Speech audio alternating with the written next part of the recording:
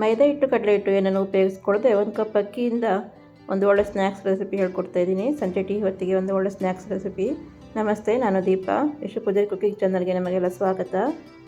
1 cup ಅಕ್ಕಿಯನ್ನು 4 ರಿಂದ 5 ಗಂಟೆ ನೆನೆಸಿಟ್ಕೊಂಡಿದ್ದೀನಿ. ನೀವು ನೈಟ್ ನೆನೆಸಿಟ್ಟು ಬೆಳಗ್ಗೆ ಮಾಡಿದರೂ ಆಗುತ್ತೆ, ಬೆಳಗ್ಗೆ ನೆನೆಸಿಟ್ಟು ಸಂಜೆ ಮಾಡಿದರೂ ಆಗುತ್ತೆ. ಇದನ್ನು ಮಿಕ್ಸಿಯಲ್ಲಿ ಜಾಸ್ತಿ ನೀರನ್ನು ಹಾಕ್ಕೊಳ್ಳದೆ ನುಣ್ಣಗೆ ರುಬ್ಕೊಳ್ಬೇಕು.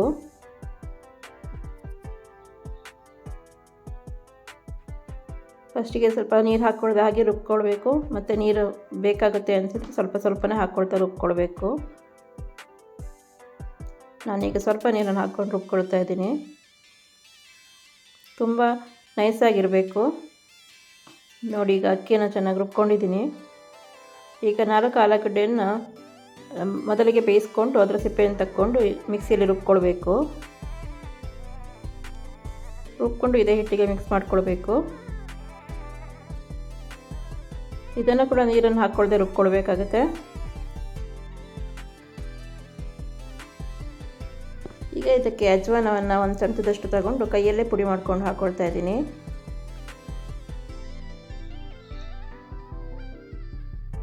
ಒಂದು ಸ್ಪೂನ್ ಜೀರಿಗೆಯನ್ನು ಹಾಕ್ಕೊಳ್ಬೇಕು.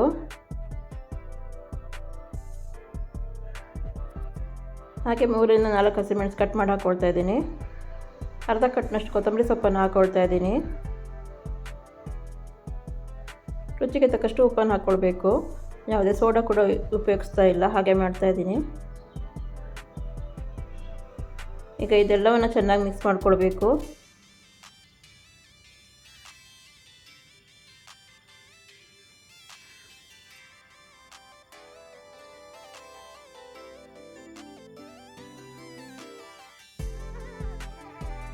ಒಂದು 2 ನಿಮಿಷ ಕೈಯಿಂದ ಚೆನ್ನಾಗಿ ಮಿಕ್ಸ್ ಮಾಡ್ಕೊಳ್ಬೇಕು. ಎಲ್ಲ ಕಡೆನೂ ನೀಟಾಗಿ ಮಿಕ್ಸ್ ಆಗಬೇಕಲ್ಲ, ಹಾಗಾಗಿ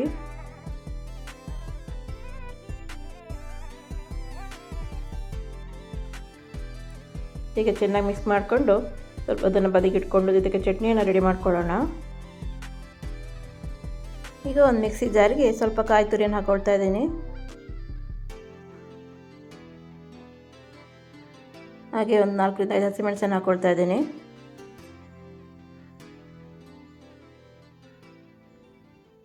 ಒಂದು 4 ರಿಂದ 5 ಹೆಸರು ಬೆಳ್ಳುಳ್ಳಿ, ಸ್ವಲ್ಪ ಕೊತ್ತಂಬರಿ ಸೊಪ್ಪು, ರುಚಿಗೆ ತಕ್ಕಷ್ಟು ಉಪ್ಪನ್ನು ಹಾಕ್ಕೊಳ್ಬೇಕು.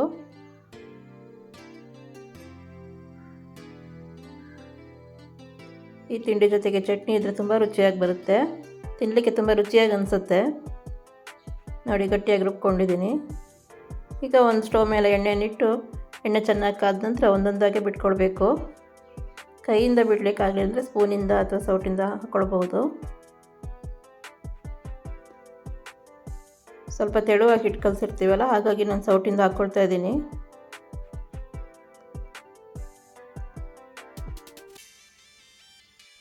ನಿಮಗೆ ಯಾವ ಸೈಜ್ ಬೇಕನ್ಸುತ್ತೋ ಆ ಸೈಜಲ್ಲಿ ಮಾಡ್ಕೊಳ್ಳಿ.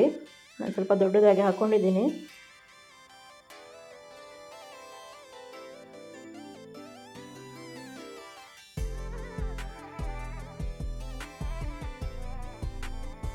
ಸ್ವಲ್ಪ ಒಂದು ಕಡೆಗೆ ಆದ ನಂತರ ಮುಚ್ಚಾಕೊಳ್ಬೇಕು.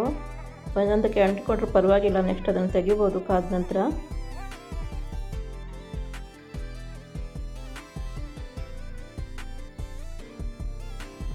ಕರೆಕ್ಟಾಗಿ ಒಂದೇ ಶೇಪಲ್ಲಿ ಬಿಡೋ ಸ್ವಲ್ಪ ಕಷ್ಟ ಆಗುತ್ತೆ, ಸ್ವಲ್ಪ ಹಿಟ್ಟು ತೆಳು ಇರೋದ್ರಿಂದ.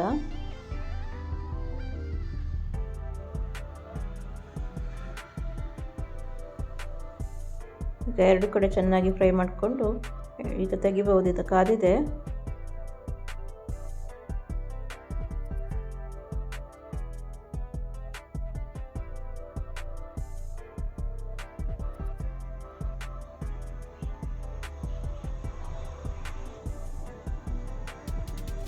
ತುಂಬ ಕಂದು ಬಣ್ಣ ಬರೋ ತನಕ ಕಾಯಿಸ್ಕೊಳ್ಳೋದು ಬೇಡ, ಗೊತ್ತಾಗುತ್ತೆ. ಒಂದು 5 ನಿಮಿಷ ಬೇಕಾಗುತ್ತೆ ಒಂದು ಸಲ ಎಲ್ಲದಕ್ಕೆ ಬೇಯಲಿಕ್ಕೆ.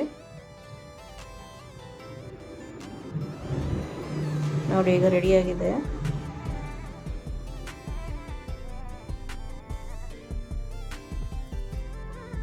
ಇದನ್ನಷ್ಟೇ ಎಣ್ಣೆಗೆ ಬಿಟ್ಕೊಳ್ತಾ ಇದ್ದೀನಿ.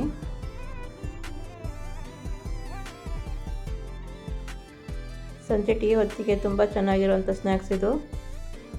ಹೊರಗಡೆಯಿಂದ ತಂದು ತಿನ್ನೋದಕ್ಕಿಂತ ಮನೆಯಲ್ಲೇ ಮಾಡ್ಕೊಂಡು ತಿಂದರೆ ಹೆಲ್ತಿಯಾಗಿರುತ್ತೆ.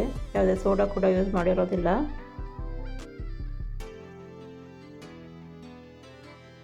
ತುಂಬ ಕ್ರಿಸ್ಪಿಯಾಗಿ ಬಂದಿದೆ. ನೀವು ಕೂಡ ಮನೆಯಲ್ಲೊಮ್ಮೆ ಟ್ರೈ ಮಾಡಿ, ಹೇಗೆ ಬಂದಿದೆ ಅಂತ ಕಮೆಂಟ್ ಮಾಡಿ. ನನ್ನ ಚಾನಲ್ ಇಷ್ಟ ಆಗಿದ್ದರೆ ಚಾನಲನ್ನು ಸಬ್ಸ್ಕ್ರೈಬ್ ಮಾಡಿ, ಶೇರ್ ಮಾಡಿ, ಕಮೆಂಟ್ ಮಾಡಿ, ಲೈಕ್ ಮಾಡಿ.